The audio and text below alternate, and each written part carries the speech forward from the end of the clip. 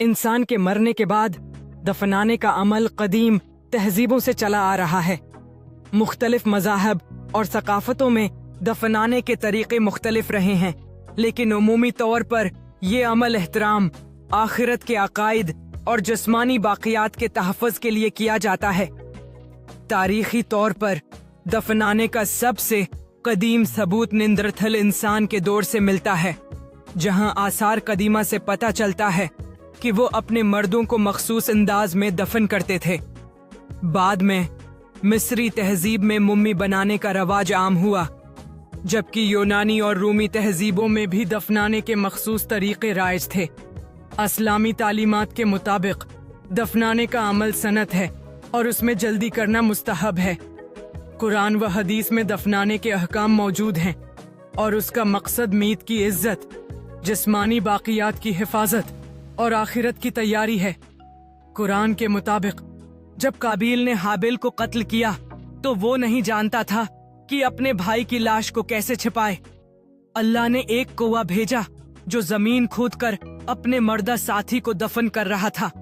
قابیل نے اس منظر کو دیکھ کر سمجھا کہ اسے بھی اپنے بھائی کو دفنانا چاہیے۔ یہ واقعہ سورۃ المائدہ آیت 31 میں بیان کیا گیا ہے، جہاں قابیل اپنی غلطی پر نادم ہوتا ہے اور افسوس کرتا ہے کہ وہ کوے سے بھی کم عقل نکلا۔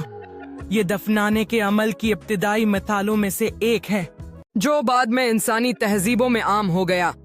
بائبل میں قابیل اور حابیل کا واقعہ پیدائش باب 4 میں بیان کیا گیا ہے۔ جب قابیل نے اپنے بھائی حابیل کو قتل کیا تو خدا نے اس سے پوچھا، تمہارے بھائی کا خون زمین سے مجھ سے فریاد کر رہا ہے۔ پیدائش 4:10۔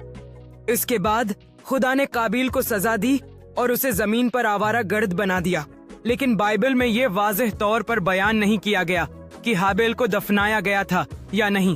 تلمود اور مشنا میں قابیل اور حابیل کے واقعے پر مختلف تفاسیر موجود ہیں، لیکن دفنانے کے عمل کا ذکر واضح طور پر نہیں ملتا۔ تاہم مدراش ربح میں ایک روایت ہے کہ قابیل نے اپنے بھائی کی لاش کو زمین میں چھپانے کی کوشش کی، لیکن وہ نہیں جانتا تھا کہ کیسے۔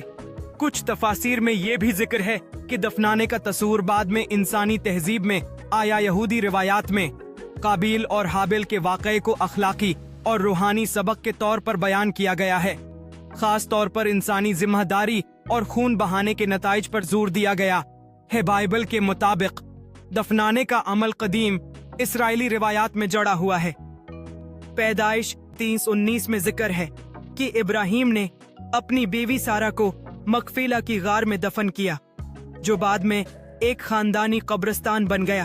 اس سے ظاہر ہوتا ہے کہ دفنانے کا عمل عزت، وراثت اور خاندانی تعلقات کی علامت تھا۔ استثنا 21 میں حکم دیا گیا ہے کہ مرنے والے کو اسی دن دفن کیا جائے تاکہ لاش بے حرمتی کا شکار نہ ہو۔ یہ روایت اسرائیلی معاشرے میں عام تھی، خاص طور پر گرم موسم کی وجہ سے جلد دفنانے کی ضرورت ہوتی تھی۔ نئے عہد نامے میں یوحنا 19:40 میں یسوع کے دفنانے کا ذکر ہے، جہاں ان کے جسم کو مصالحوں اور کپڑے میں لپیٹ کر دفن کیا گیا، جو یہودی روایات کے مطابق تھا۔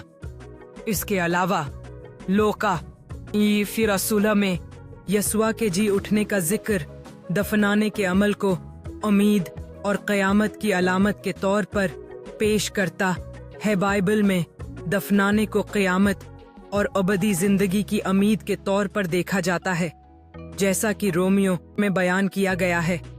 ہم مسیح کے ساتھ دفن ہوئے تاکہ ہم نئی زندگی میں چلیں۔